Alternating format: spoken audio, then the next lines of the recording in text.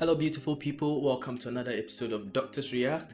But this time around, we're going to stay true to the story and to the drama behind the scenes. And as always, I'm joined by Dr. Emma. So without further much ado, let's roll it. And spoiler warning if you've not yet watched the episode.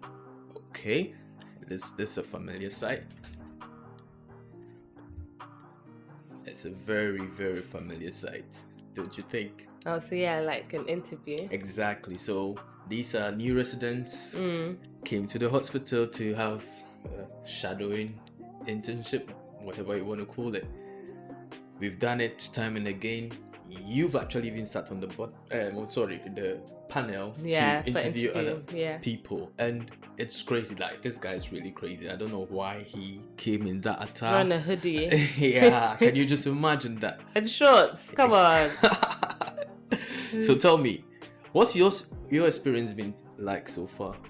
Interview-wise? Yeah, so the first set would have been getting into medical school. I applied to 4 different medical schools, so I had 4 interviews.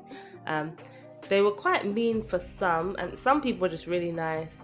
Some people just wanted to talk about my life. I remember one university in particular, we ended up just talking about Ghana. They just found Ghana really interesting. Oh wow, that's cool on you. Yeah, you so it was just easy. Like, it was just, so by the time we left, I was like, all right, see you later. It was just a bad.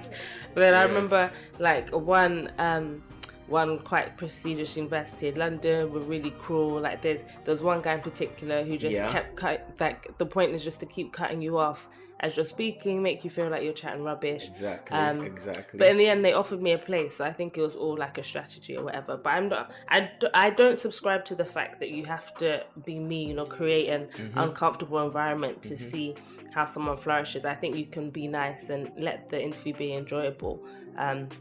Like you mentioned, I've sat on the panel for interviewing medical students before, which was really fun. It was so cool to see it from the other side. From the other side of the table, right? So cool. Yeah.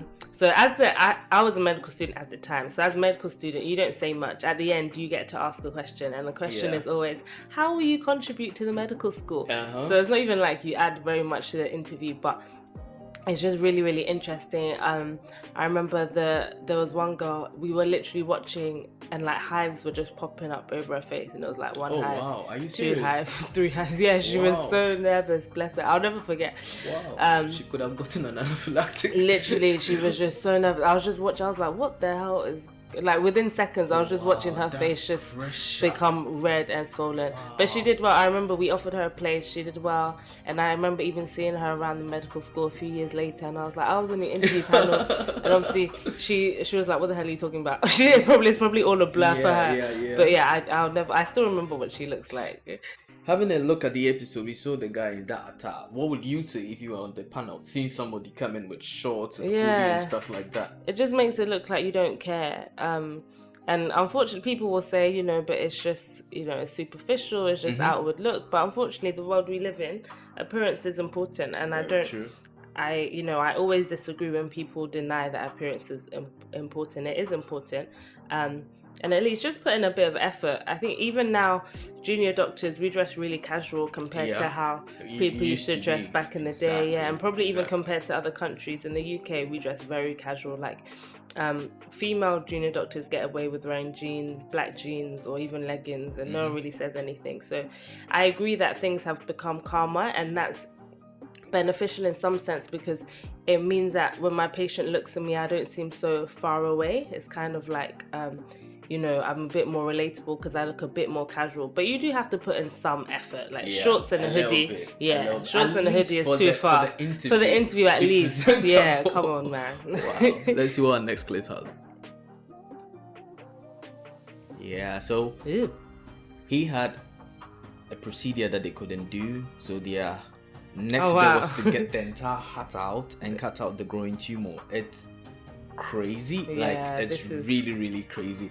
I've never seen it in practice, but theoretically it can work. What do you think? Yeah, definitely. I've never seen it in practice either, but it could work because you would just have to bypass the circulation in the patient, which we do quite often. Yeah, so bypassing is basically connecting tubes to the other veins. So that things can just flow through the person, even though you remove the heart. And I suppose, as you could see on the table, the heart was still beating, even though it's not in the body, because heart muscles themselves have that contractility. So it's cool, like they can do it without being connected to the brain. So unlike other parts of the body that's heavily dependent on the brain, the heart has its own neural network. It can make it work even outside of the body.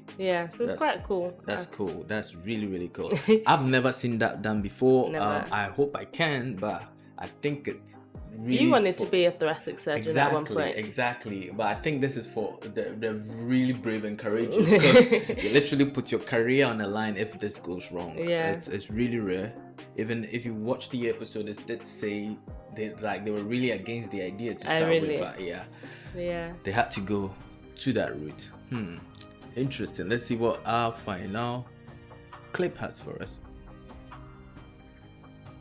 Oh yeah, so basically we've seen Dr. Murphy do this a lot. We've heard people having photographic memories where they can literally picture. These are literally textbooks and images from textbooks. Like it's kind of like scanning through to get the best diagnosis. The dream. I wish I had such a brain.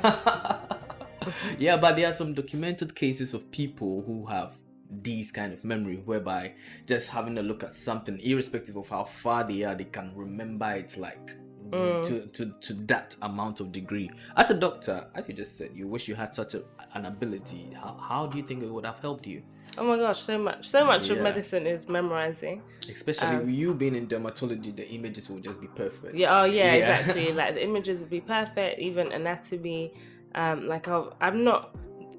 Memorizing isn't my forte. I like to understand things. Very good. Very good. And then if I can't remember a fact, I can arrive at the fact just by, my understanding. If I can understand A, then I can use principles to arrive at B.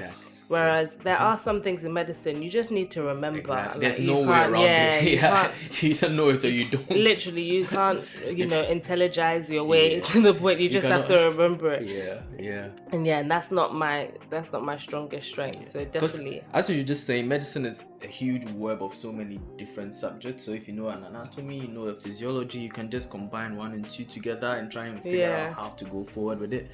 But some things are just, you gotta learn it, like these, what do you call it? Biochemicals. Yeah, I remember Krebs cycle, flipping out. Basically, I basically had to put pictures of it all over my wall, and I just memorized it for the morning. And as soon as the exam was done, I was like, bye.